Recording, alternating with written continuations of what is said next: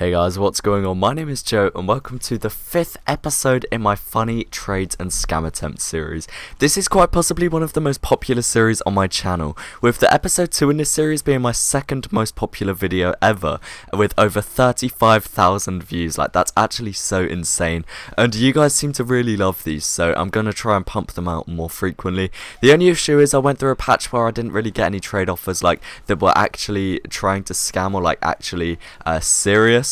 But I mean, I've reached out to a couple friends of mine, and I feel like I've gathered enough trades to make an episode on. So also, just before we get into this, thank you for all the comments on yesterday's video. I essentially made a video asking where my channel should go in terms of where I should put my effort into, and a lot of you guys did give me some really nice suggestions, and overall just send some really kind words my way, and that is really appreciated. So I think I have a better idea now of what I think I'm going to focus on my channel, and overall I just feel like I have a better idea of where I'm going, so thank you guys all for that. So what this series is people send me their screenshots, or I get my own screenshots from trades that have accumulated over the past few weeks, and it's just people essentially trying to scam the owner, or just sending a really ridiculous trade offer, and we just have a little talk about them. Let's just leave it at that. So I really do love making these guys. You guys do claim to find them really funny as well, and it makes me feel really good. So without further ado,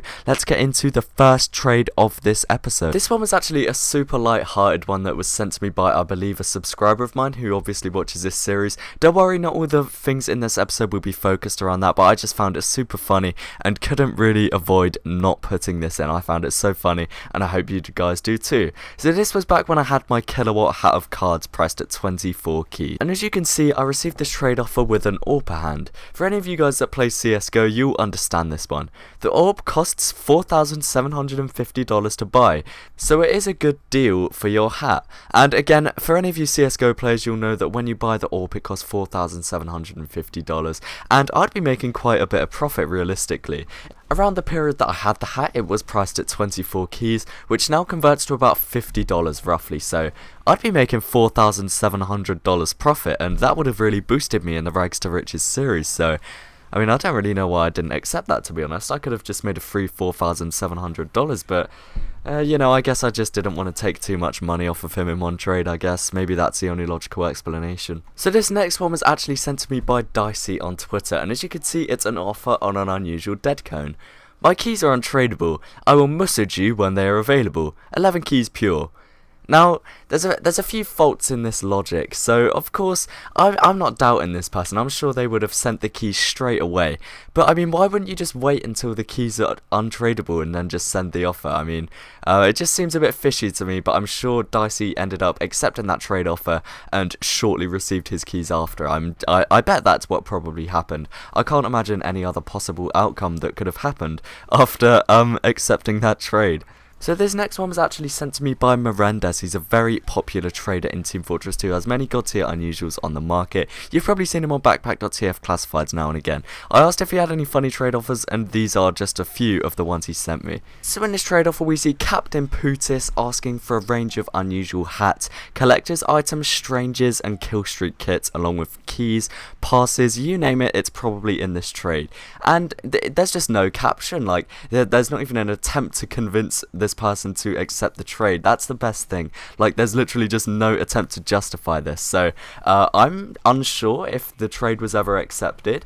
However, unfortunately, I'm gonna have to guess that Miranda's actually declined the trade, and Captain Putis didn't end up with some items, but I mean, who knows? Only Miranda's and Captain Putis know the real answer to this. And this last one is another screenshot from Miranda's. They actually hooked it up and sent 2 screenshots, so a big thank you to them for this video. And this is a screenshot of a profile from a nice gentleman known as Flicker de Wrist.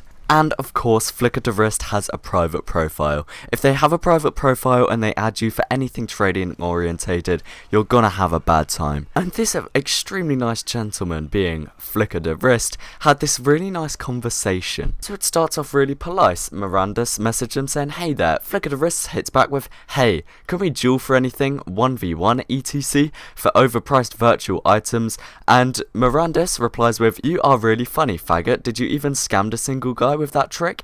And of course, Miranda's caught onto the fact that he was trying to scam him by saying let's 1v1 for items. And Flick of the Wrist just said, no, I don't scam. And Miranda says, you've got a private profile. Flick of the Wrist hits back with, also, how do you think it's a scam? Miranda says, level 0.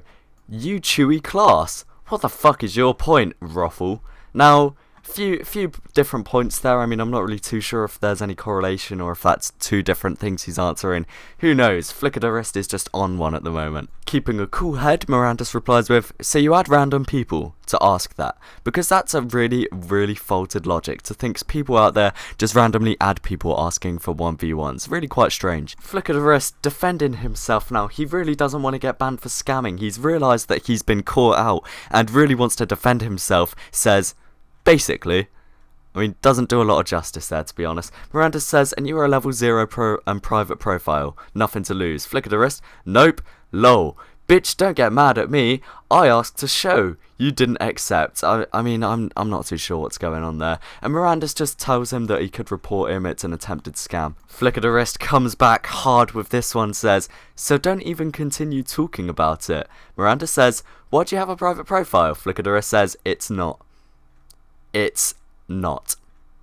Okay. Of course, the conversation goes on a bit. Flick of the Wrist ends up insulting Miranda, saying he's really dumb for thinking that this is a scam. But I mean, my spidey senses tell me that if a private profile level 0 has no items in their inventory, adds you asking to 1v1 for items, chances are there's something a little bit fishy going on. But I mean, that's just my instinct. I mean, I don't know if he was actually trying to scam, but I just thought that was quite funny, guys. So that is going to be the last thing in this episode. I really do hope you guys have enjoyed and found this funny. If you did, do remember to slap a like on it and let me know what you thought down in the comments below. Do feel free to submit any submissions through my Steam group or through my Twitter. I am open to submissions on both platforms. Thank you again so much for watching, guys, and peace.